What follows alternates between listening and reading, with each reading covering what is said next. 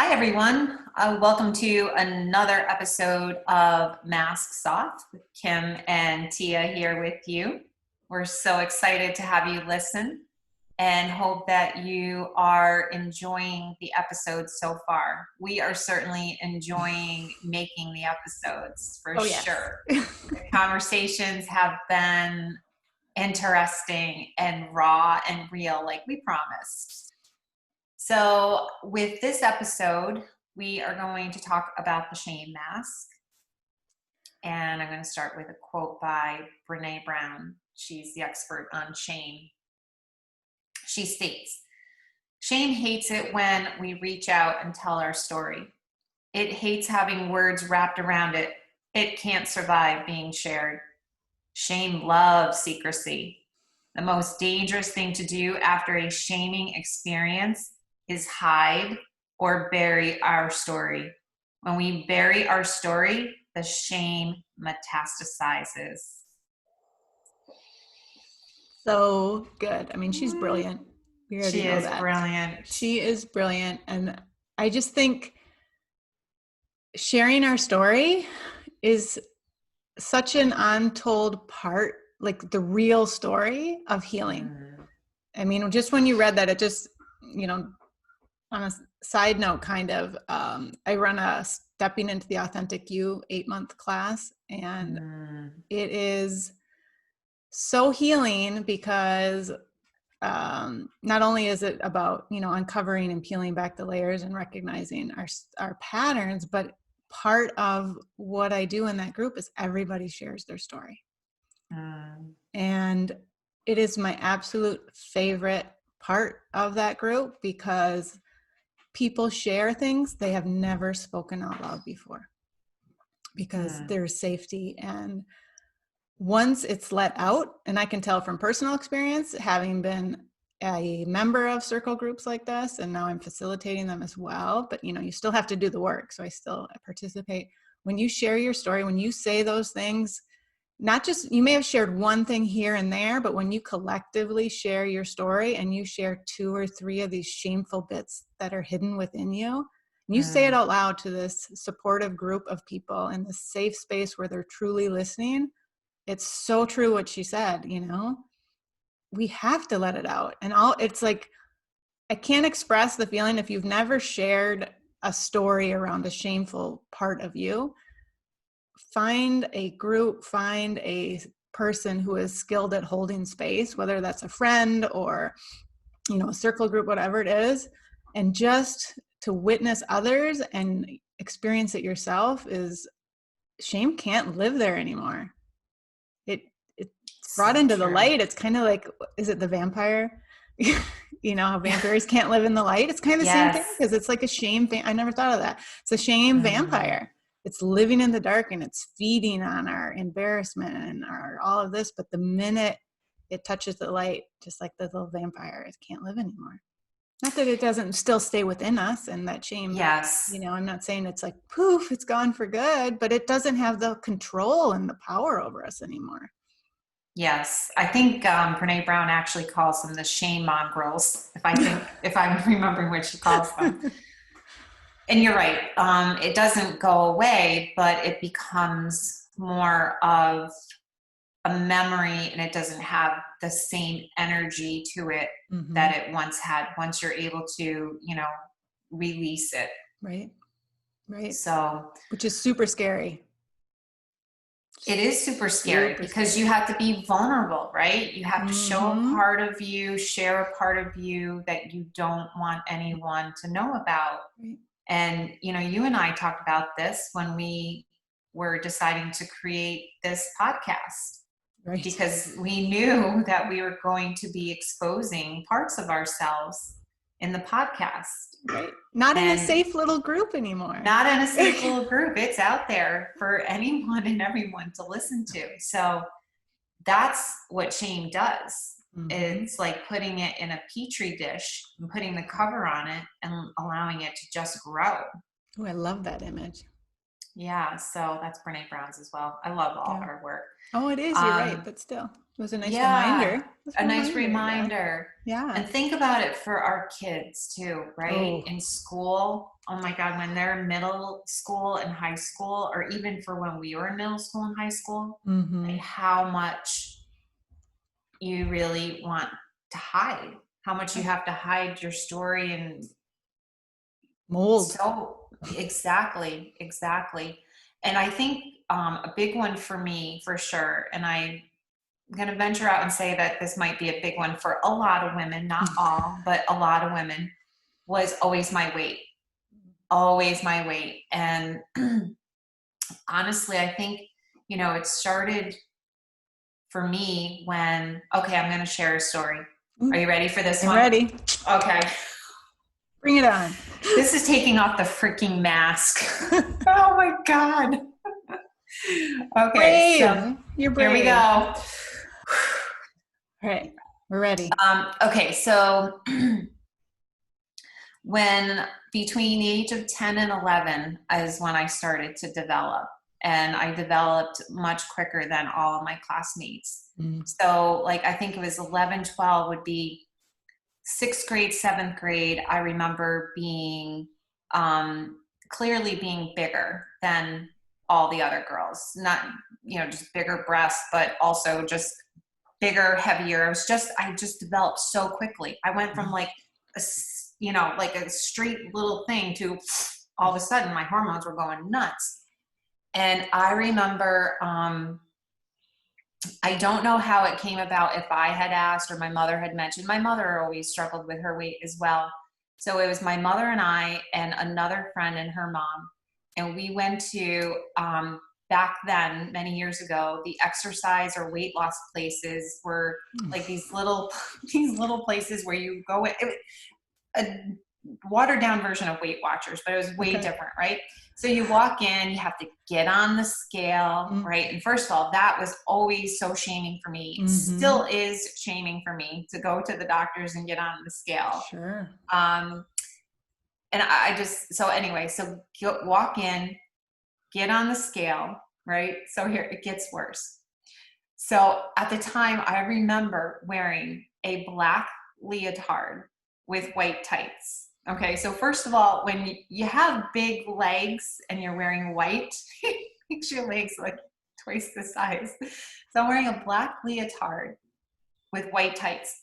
You walk in the room, there are mirrors on all the rooms. So you have to constantly look at yourself, right? I'm 11 years old, maybe 12, right? Just a little girl, a baby at this point. And then on top of it, I don't know what they were called, but they had these machines where you got it, like you stood and you put this band around your waist. Yep.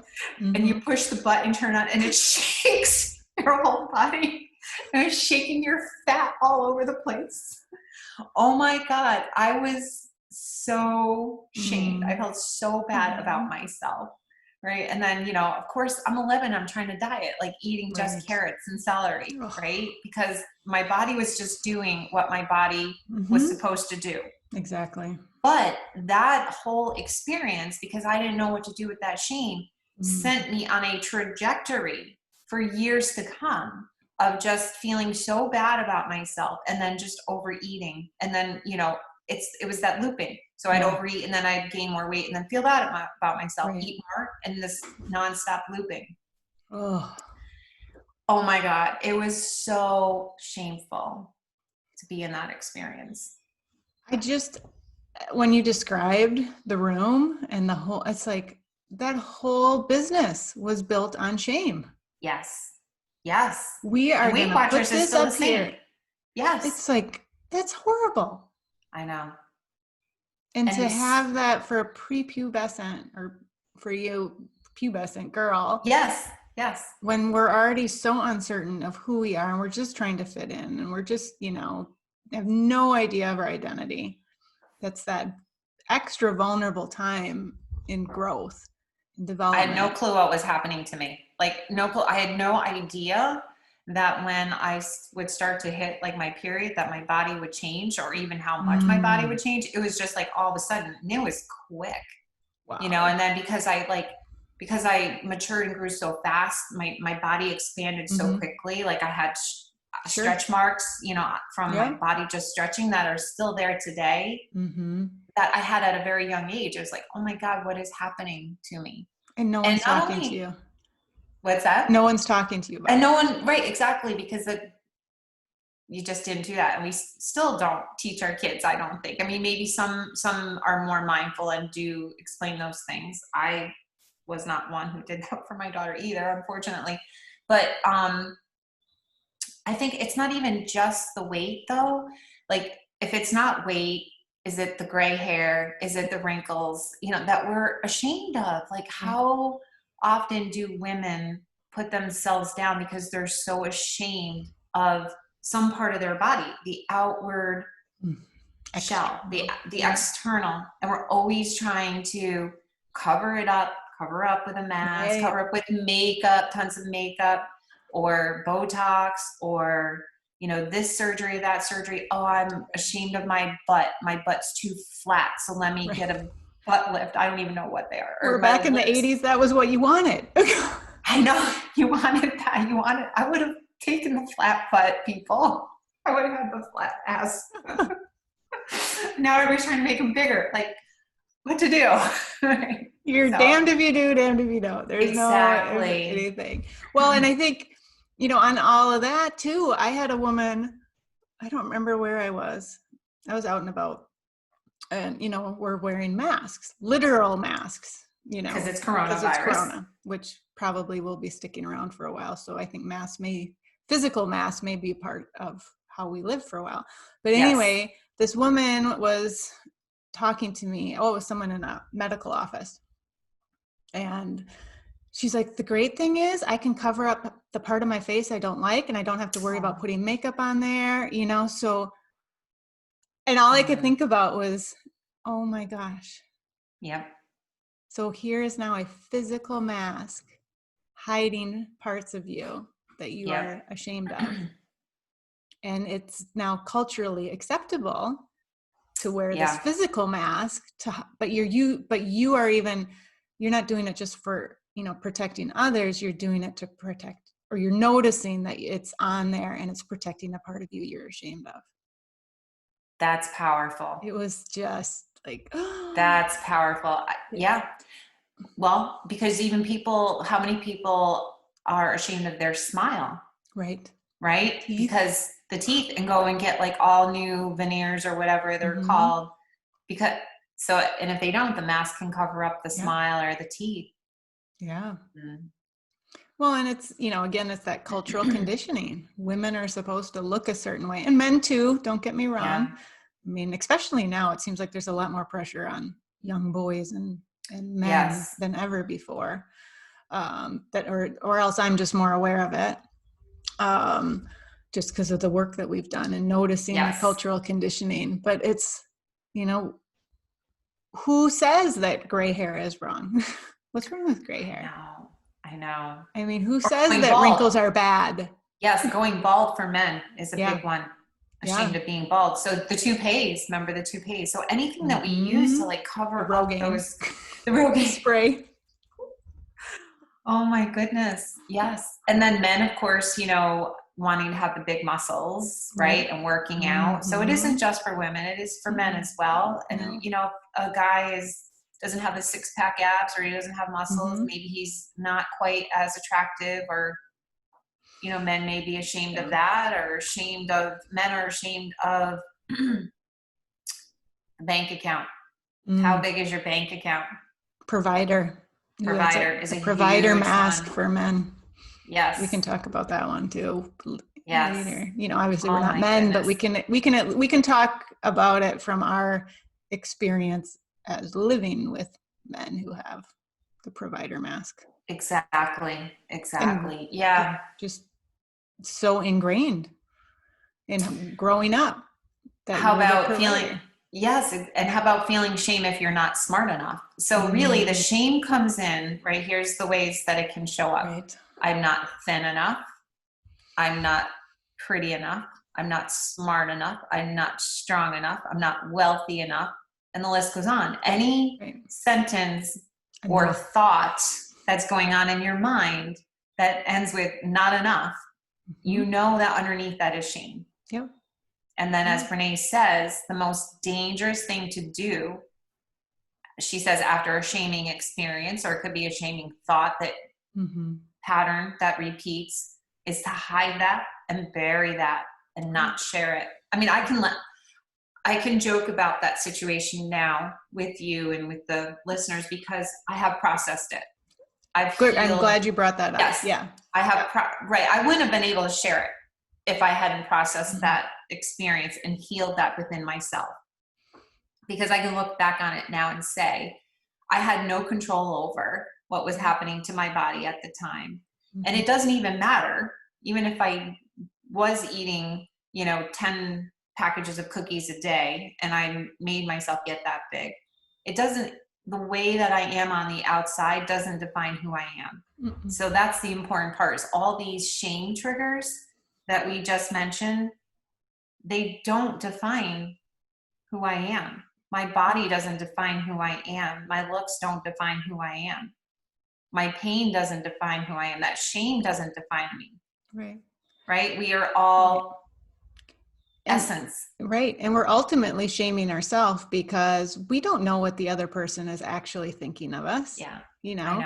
Is the other person notice something about my face that I see when I look in the mirror getting older? It's like, I remember having a conversation with a friend. It's like, oh, these jowls are bigger than, and we're both looking at each other and we're like, what are you talking about? It's like, can't you see them? And we're like, I don't see them in you. And she's like, I don't see them in you. I'm like, well, trust me, they're there. So no one's even noticing. Yeah. We shouldn't say no one, but the vast majority of people don't care, don't notice in the other. And for those that are publicly shaming others for how they look or whatever, that is a reflection of them not being comfortable in their own skin. And so they're externally projecting.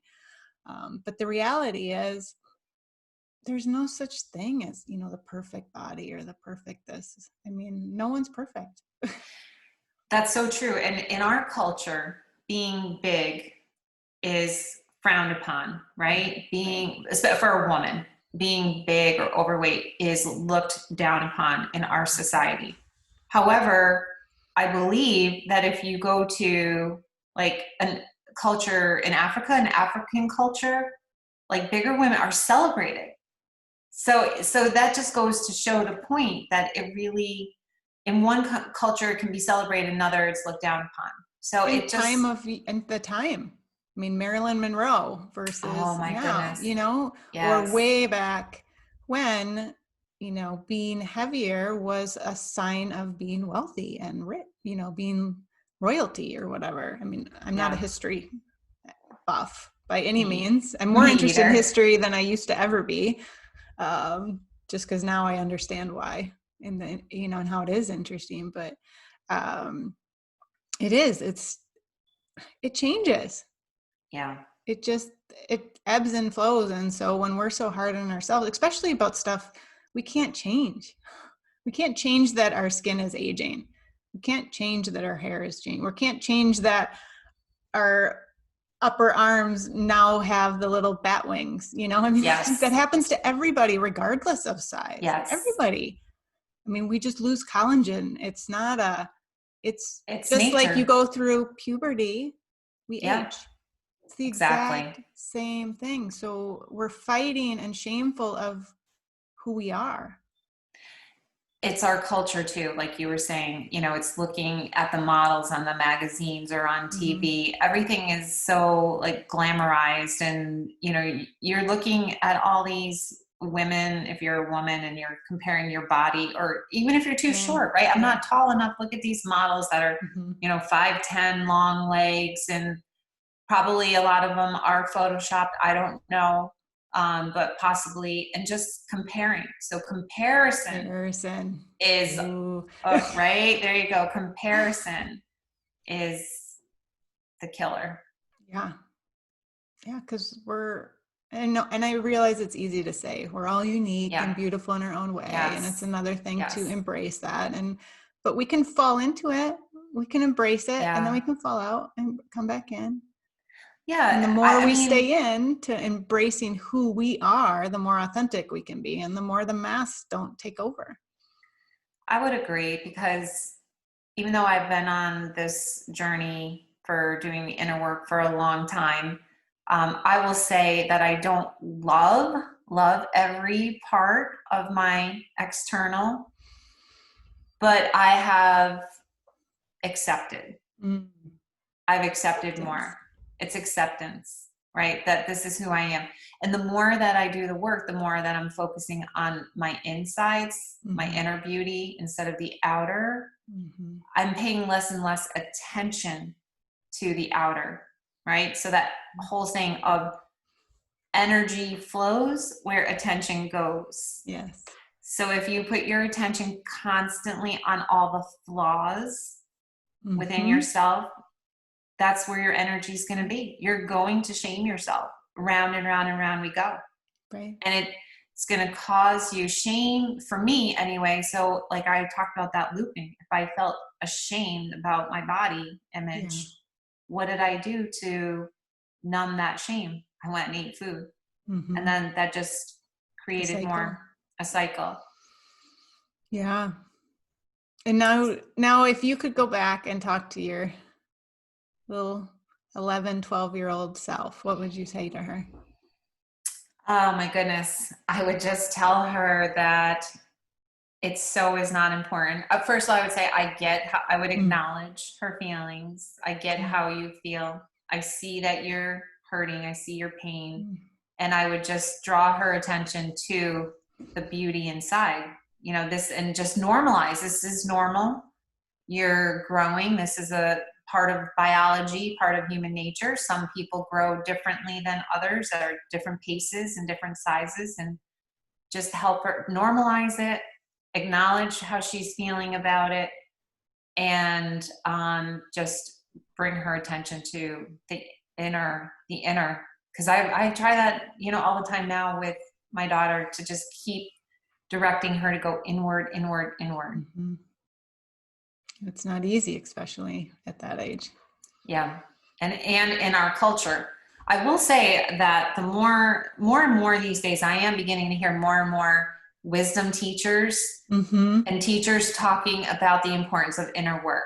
So Yeah. that's my hope for the future, is that it'll continue to move in that direction of, you know, I said this in another episode, especially in school, instead of Yeah. putting so much focus on the subject material, teach children how to go inward, feel their Mm-hmm. feelings, teach them emotional intelligence, teach them about what it means to go in and feel your feelings and express them. Yeah. Yeah. And not, I mean, we could do a whole episode on shaming in schools. I mean, Yeah, it's we have brutal. experiences in our home of kids being shamed in school. Um, and no, it's likely not intentional ever.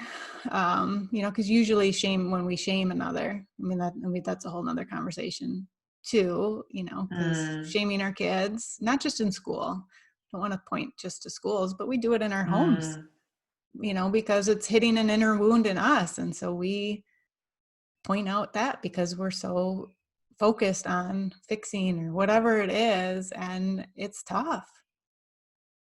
Yeah, It's tough. anytime So the teaching words them. come out of my mouth of what is wrong with you? What is wrong with you? How could you do that? Mm-hmm. What were you thinking? What were you thinking? Even though Ugh. I wouldn't say it, but the implication is, what were you thinking, you stupid idiot? Right. Is really what is blah, blah, blah. Right. How could you be so stupid? Those are Mm-hmm. all shaming Yeah. sentences. Or how about the eye roll? How many times do we eye roll? Well, our kids do it to us too, but how many times do But we? that's different when they do it to us, I Yeah, think. yeah, They're the kid. they're the kid. Exactly. I would 100% agree. If I'm eye rolling, it's the same thing as saying, what's wrong with you? Like, Mm-hmm. come on, really? What? Right. So, oh my gosh. Yeah. Being so mindful of those Yeah. statements and not shaming our kids. And I wish I had the tools I had when they were younger, but I I didn't, know. I and know. all you can do is move forward and Well, you have them now, and right, that's what you exactly. do. It's never too late. It's never too late. You do that now. You are a conscious parent and you do that coaching. So, and I mean, I would say too, I mean, I'm so grateful. I've been on this path of conscious parenting for, Mm-hmm. I think we said 6, 7 years. That's how I you and think I met. it's 7 or 7 through Dr. 7, at Shafali's least work, 7. at least I think when she so. first came out with that first I don't course. know. Yeah. We got to figure that out at some point. I But it really know. doesn't matter. It doesn't I know matter. it's been It's a been a while. while. So Mm-hmm. it's good that we have been able to make the shifts at some point. Yeah. Yeah. Yeah, because the damage can be lifelong, and the generations, the patterns just continue to. Right. And remembering that being a conscious parent also means at times we are an unconscious parent. So Yes, you're not looking for perfection again. exactly. It's Being gentle. knowing, oh, I screwed up. Now what? That's okay. I screwed up. My inner child was hurt and I reacted, but now I have a choice. Again, it comes back to the other, it's like we have a choice. Do I go into victim? Oh my gosh, I'm the worst parent in the world, in the Yes, victim episode, or you know what, now I can choose. I can go make a repair, go within and do something absolutely. different. So the shame doesn't stay, because if we do go into that, I'm a horrible parent, what just happened? Shame just like started dancing in your body. It's like, sweet, let's bury this little shameful moment you had and let's never talk about it again. Because how many times do we screw up in parenting and we Yeah. never, it's like, oh, I don't want to bring it back up again. But that's part of the work, It is. And you know what would help me a lot too, once I became more aware and mindful of conscious parenting, I would, well, I wouldn't say immediately, but as soon as I was aware of what I did and what was going on, I went and owned it Yeah. with my kids. I Mm-hmm. mean, it's one of the biggest things that I have ever done is just go and say, you know what? I'm sorry. I just recognized my pattern. That was completely me. It had nothing to do with you. And I believe that goes a long way. And I love how you said it too. It's not just, because parents can do, and anyone could be like, I'm sorry. Well, that doesn't mean anything. Yeah, It's no. really not the I'm sorry part. It's more the, you know what? I was unconscious. It isn't, this was all on me, not on you. So I need to own my part, and I'm going to own the part and name the part. It's the same. It's Yeah. that sharing the story. It comes back to what the quote is. Yep. Sharing the story, because I'm not going to let that shameful moment that I had and put upon you, the other, take over. So I'm going to own it and bring it to the Yeah. light. And I think it's helped me too to be able to make light of some of my idiosyncrasies, as a parent, when I would get super wound up or anxious and like say, well, it wouldn't matter, either my son or daughter would call me out on it and kind of Yeah. like laugh. Like if I could just laugh with them and I'm like, oh, yeah, you're right. I did do that. Or yeah, I can see where I did that. Again, it just allows the shame to dissipate. Yep. Yeah. And being open to that feedback from them, even if it's painful. Oh yeah, and it can be painful because they can be brutally honest with their feedback, you know. But I can remember in the beginning, before I started becoming conscious, that I would feel offended, like how dare you? I'm thinking to myself, say that about me. But then I was like, okay, you know what? When I started to become more aware and more mindful, and if I really, it's just like the example I gave earlier with my husband about how I complain about contractors. Right. But I don't speak up and do anything. It's like when I can take a step back and take an honest look at myself. And if it is a pattern, just own it. Because again, if it comes with knowing, it's about having that self-love and self-esteem and knowing I'm not that behavior. I'm not what I just did. I'm much bigger than that. That's just a wave on the ocean. I am the ocean. My behavior was just a wave. Right. It was just a part of me. It was a wounded part of my inner child that just got triggered. It's not the whole me. And the ocean doesn't hold on to that wave. And the cool thing about a wave, here comes my dorky civil engineering water Okay. I think it was a hydraulics class in college, or oceanography, or some engineering class I had about water. A wave is a Teach us. circle. It is Oh, actually a circular motion, and when the wave hits the shore, the circle is broken, and that's when the wave crests over. that does make sense. So if we remember, so here's that behavior, it's that spiral, that circle again. It's like I can come back, go within, and it may rise again, but then I can go back. So it's not you. Yeah. Just because that behavior, that wave that you just described, it's integral. It's part of who you are, but does not define you. And you always can come back around. That's beautiful. Way to teach it, Tia. Teacher, here to Science teach. in there. Well, this has been an amazing conversation as well. We could just talk for hours and hours, and we do talk for hours and hours. We do. So I think that we'll wrap up here. But again, we thank you all for listening and hope that you enjoyed this conversation and maybe were able to take a tidbit away. And if you have a story like my story in the white tights and the black leotard, it's okay to share it with someone safe. Yes. Share it with someone safe. Exactly. Don't keep it within you. And if Yes. you're not ready to say it out loud, write it down, and then you can throw it away. Perfect. Start there. Yes. All right. We'll see you in the next episode. Thanks, everyone. Bye.